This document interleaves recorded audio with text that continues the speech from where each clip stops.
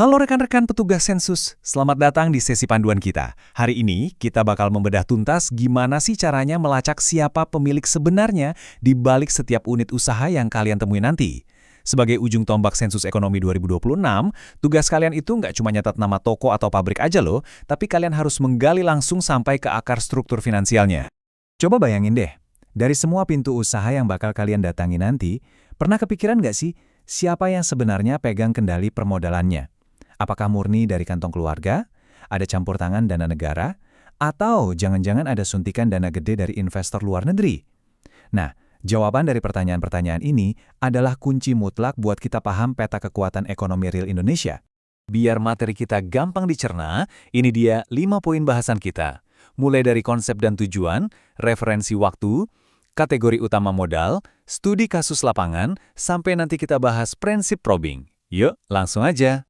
Masuk ke bagian 1 nih, konsep dan tujuan, mengapa dan apa. Jadi gini, yang dimaksud susunan kepemilikan modal itu ibarat kita membedah DNA keuangan dari sebuah usaha. Siapa sih pihak yang punya porsi saham di sana? Ingat ya, ini bukan soal siapa pekerjanya atau dari mana pelanggan mereka berasal. Ini murni soal siapa yang naruh uangnya, siapa yang menyuntikkan modal, dan punya hak atas perusahaan itu. Terus, buat apa sih kita repot-repot nanya ginian? Nah, dari data kalian inilah negara bisa memetakan secara pasti, oh ini loh kemandirian ekonomi kita, mana yang penanaman modal dalam negeri, mana yang penanaman modal asing. Kita jadi tahu pusat kendali usahanya ada di mana. Jadi kalian tuh bener-bener lagi menggambar peta ekonomi bangsa loh, keren banget kan? Lanjut ke bagian 2, referensi waktu, potret data. Catat baik-baik tanggal krusial ini ya, 31 Desember 2025. Kita tuh ibarat lagi ngambil foto snapshot dari modal usaha tersebut pas banget di tanggal itu. Kenapa harus spesifik? Ya karena kepemilikan saham itu bisa aja berubah-ubah setiap saat.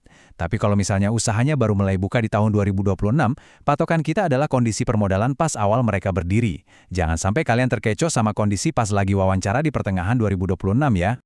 Kita masuk ke bagian ketiga. Kategori utama, modal, 6 pilar. Di kuesioner nanti kalian bakal ketemu sama 6 kategori atau 6 keranjang ini. Nggak boleh sampai tertukar ya. Ada pribadi, LNPRT, korporasi publik, korporasi non-publik, pemerintah, dan asing. Biar kebayang, kita bedah perbandingannya satu-satu. Pertama, pribadi versus LNPRT. Gampangnya gini, kalau modalnya dari tabungan sendiri atau hasil patungan keluarga buat buka bengkel misalnya, itu fix masuk pribadi atau perorangan. Tapi, kalau yang mendanai sebuah klinik atau sekolah itu adalah yayasan atau organisasi sosial, nah itu harus kalian masukkan ke kotak LNPRT. Kalau yang ini, perhatiin batas tegasnya. Korporasi publik itu adalah tempat bernaungnya BUMN, BUMD, dan BUMDes. Jelas ya, ada unsur negaranya. Sementara itu, kalau korporasi non-publik, itu pure perusahaan swasta domestik. Contohnya kayak PT Nasional, CV, atau koperasi, yang modalnya 100% mutlak dari warga negara Indonesia. Terakhir, kita wajib misahin modal pemerintah dan asing. Modal pemerintah itu penyertaan langsung dari APBN atau APBD. Nah, kalau kategori asing, ini mencakup semua jenis investasi dari luar. Entah itu dari individu warga negara asing, perusahaan multinasional, atau badan internasional. Semuanya masuk keranjang asing. Oke, sekarang bagian 4. Kita bahas studi kasus lapangan biar teorinya makin nempel. Kalau kalian ketemu usaha dengan pemilik tunggal, ngisinya bakal santai banget. Nemu warung kelontong milik keluarga, udah pasti 100% pribadi. Nemu klinik kesehatan yang dikelola Pemda, ya 100% pemerintah. Atau misalnya, ketemu PT yang sahamnya full dipegang pengusaha lokal, itu masuknya 100% korporasi non-publik. Sangat jelas kan? Nah, ceritanya bakal beda kalau kalian ketemu usaha joint venture atau kepemilikan campuran. Misalnya nih, nemu pabrik makanan berstatus PMA. Ternyata saham mayoritasnya 70% dipegang swasta Indonesia tapi ada 30% saham dari investor Jepang. Di kuesioner kalian, proporsinya wajib dipecah persis sesuai persentase itu ya. Jangan dibulatin ke satu pihak aja. Oh ya, khusus buat kalian yang mendata BUMDesa, hati-hati. Ada aturan validasi matematis dari sistem. Kalau modal pemerintahnya kalian isi 0, sistem bakal langsung menolak. Ingat, modal pemerintah harus lebih besar dari modal pribadi warganya.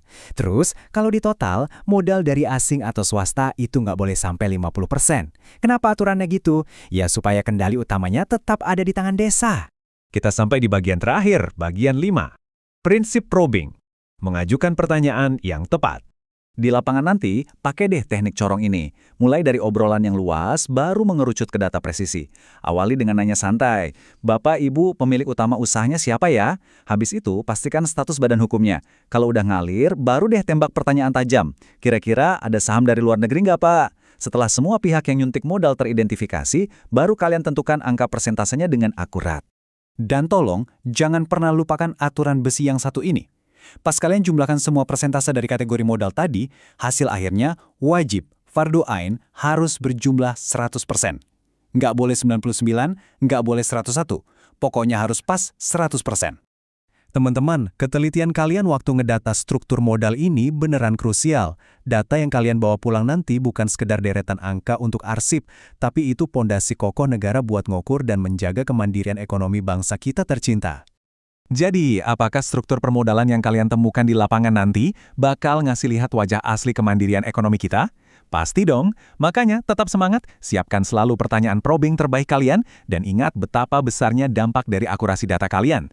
Posisi modal di akhir 2025 ini bakal jadi cermin sejati kekuatan ekonomi Indonesia. Selamat bertugas semuanya, dan sampai jumpa di materi panduan kita selanjutnya.